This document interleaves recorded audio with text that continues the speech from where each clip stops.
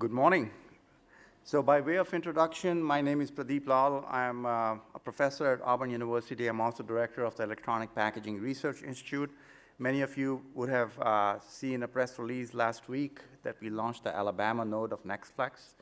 So I'm the director of the Alabama node, and the project that I'll be talking about today is a NextFlex program that we have worked on.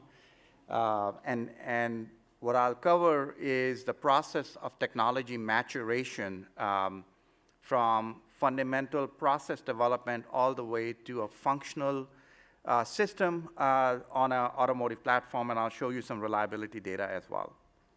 So in-mold electronics, I think the prior speaker did a wonderful job explaining in-mold electronics. Broadly speaking, the technology allows a much closer integration of form and function.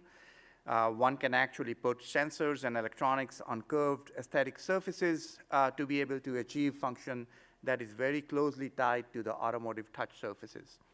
A lot of the weight of the automotive platform is in the form of these very heavy wire harnesses, and these wire harnesses actually constitute about over 100 pounds of the weight of the vehicle. Flexible electronics has been shown to have the ability to reduce the weight of the vehicle in these applications by up to 70 to 75%, and so that's where the value statement really lies.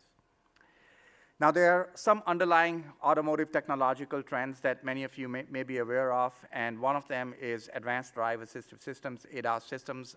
There are several of these safety systems that are all over the vehicular platform. They may be implemented in the form of various types of sensors that may reside in the periphery of the vehicle itself. They carry signals to engine control units, power control units. There are multiple ones of these depending on the platform. And each of these then take this particular signal input and compare it to known bounds that are known. And if the known bounds are breached, they would basically throw a diagnostic trouble code, so to speak.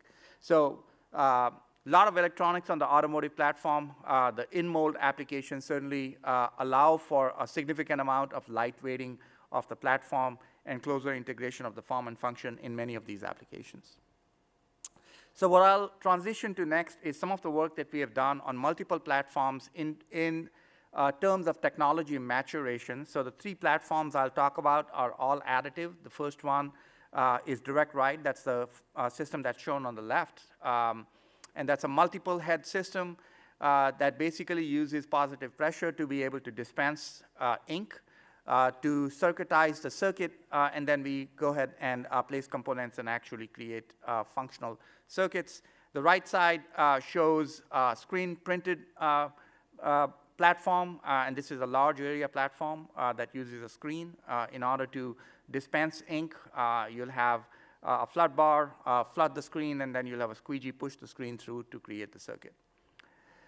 Third platform I'll talk about is gravure offset, and this is a fine line, large area platform as well that allows for actually fine lines. It uses a plate instead of a screen, so the ink is dispensed on the plate, and then a coater blade actually coats the plate. A doctor blade removes the excess ink. A patterning cylinder picks up the pattern, and then an offset platform on which the pattern is transferred to create the print. So it's a sheet-to-sheet process. Both the screen printing and the gravure offset are sheet-to-sheet processes. So one of the things that is very unique about the additive platforms is the fact that the processes are integrally tied to the performance. And so what I'll show you are some of these interactions on these platforms.